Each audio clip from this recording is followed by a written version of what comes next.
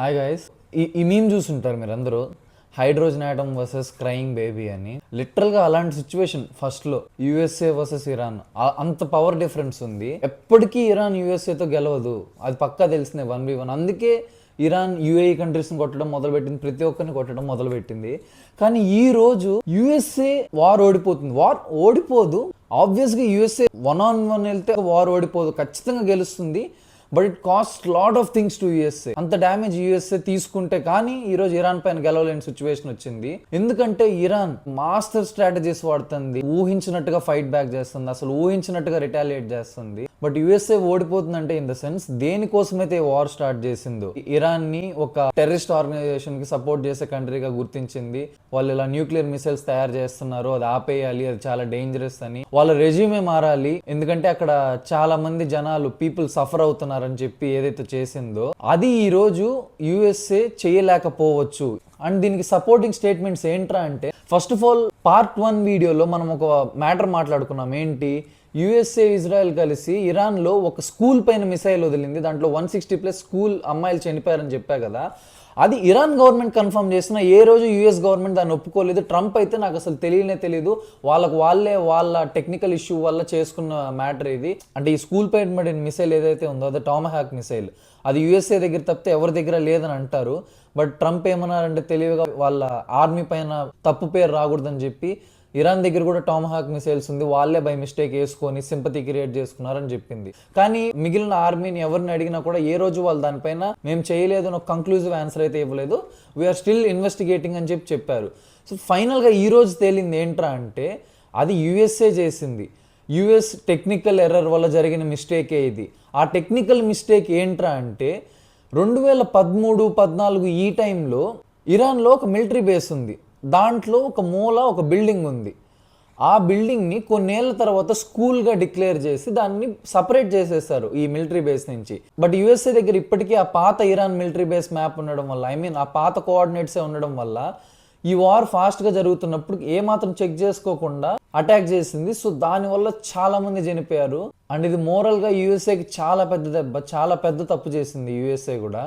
అనవసరంగా ఒక technical error వల్ల అమాయకులైన చిన్నపిల్లలు చనిపోవడం అనేది చాలా తప్పు.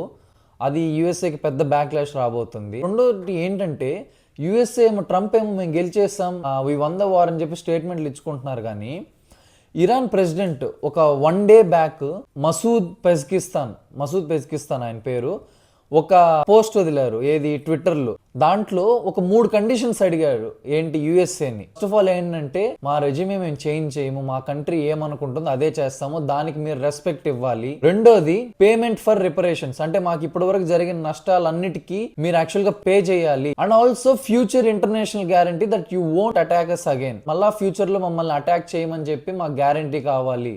సో ఈ 3 కండిషన్స్ ని, మా రెజ్యూమేని గుర్తించండి, మా కంట్రీ ఏమనుకుంటుందో దాన్ని రెస్పెక్ట్ చేయండి, రెండోది మీరు ఇప్పటివరకు చేసిన నష్టానికి మాకు ఎంతో కొంత పే చేయాలి, అండ్ మూడోది ఫ్యూచర్లో ఖచ్చితంగా మళ్ళీ మా పైన వార్కి రాకూడదు, ఇలాంటివి చేయకూడదు అని చెప్పి మాకు ఒక ఇంటర్నేషనల్ గ్యారంటీ కావాలని చెప్పింది. ఇంత ధైర్యంగా ఇరాన్ వదులుతుందంటే ఇలాంటి స్టేట్మెంట్స్ ఖచ్చితంగా ఎక్కడ ఇరాన్ అంత ఈజీగా లూజ్ అవ్వట్లేదు.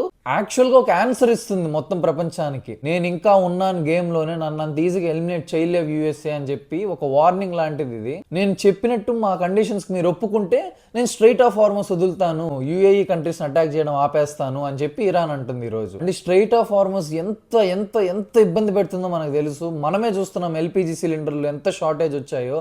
పెట్రోల్ బంకుల దగ్గర అయితే క్యూల్ 100-200 మీటర్లు వెహికల్సే ఉన్నాయి.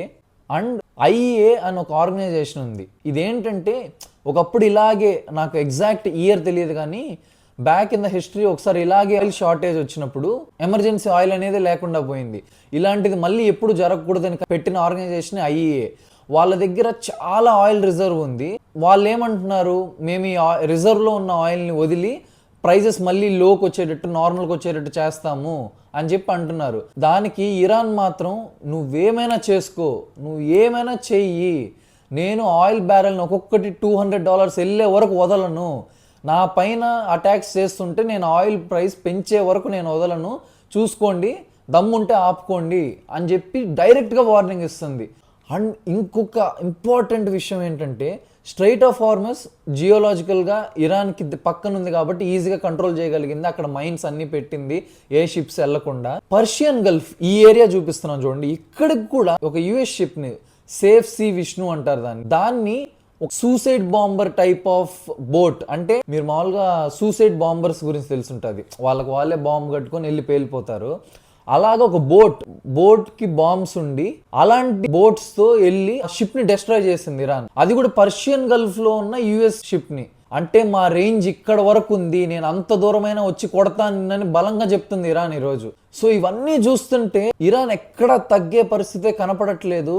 అటు ఇటుగా చూస్తే యుఏఈ కంట్రీస్ మిగతావన్నీ ప్రెషర్ పెడితే యుఎస్నే తగ్గమని చెప్తాయి ఫైనల్గా.